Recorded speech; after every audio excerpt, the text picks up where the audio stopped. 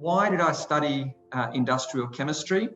Basically, when I was growing up, I always had a passion for science for many years. And so I always had quite a natural interest in science. I gravitated towards chemistry. When I got into university, first year, it's maths, engineering, physics, chemistry. So a lot of it was rehashing of the HSC. In second year, I really started to get into some of the more topical subjects and loved it. And the co-op program in particular exposed me to those three organisations you see who did very different sorts of research and development. The co-op program gave me the ability to be able to see and touch and feel research. So straight out of university, I took a graduate role working for a company called Memcor, who had long had an affiliation with the university. And my role at the time was as a development chemist. So I was doing new membrane work. I loved it. It was all creative stuff and pragmatically creative. As with all graduate roles though, after a while you start to get the desire to want to broaden your skill base. And so I took a role with a really small design engineering consultancy, doing water and wastewater treatment system design. What I learnt about myself in that time was that I really missed R&D. And so I made the choice at that time to move and to take a process engineering job at Unilever. I became much more involved with new product development rather than just the science behind it and the process of new product development.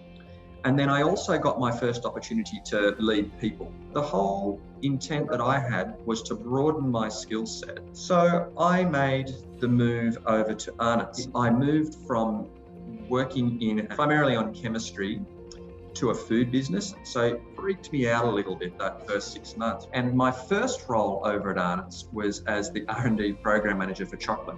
Yes, I was doing Tim Tam product development. And so then I moved into a role running the new technology programs for Arnott. Very heavy technical focus, which fascinated me. I love the science aspect. And then I took on a role as the R&D director, also looking after the savoury portfolio as well. And then eventually over about a year and a half later, the opportunity came up to lead the whole R&D department. I'm constantly astonished at how complex and interesting the food industry is. And it's a great opportunity, I think, for a lot of engineers. There's a lot of need for that. I think it's important for anyone in engineering or a science-based role to be curious and not afraid to be curious. Not afraid to ask why, to give things a go, to try them out. I'd also pair that with looking for your passion, recognising what you're good at, but also to recognise the areas where other people might make you better. Every role that I've had where I've thrived, I've had a great technical mentor who's got my back. The last one that I've got there is a little bit unusual, but I'd encourage you to think about how you can let your identity shape your career and let your career flow from your identity. It will lead to working on areas that you're passionate about. It will lead you to working and avoiding areas that you don't think are that important or valuable.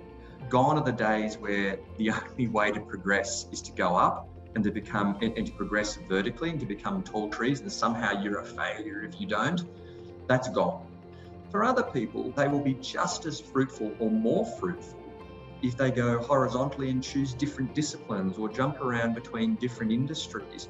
So going horizontally can be just as fulfilling and fruitful as going vertically. So do not fall into the trap of thinking that the only way to progress is to go up. There is many more different career pathways these days.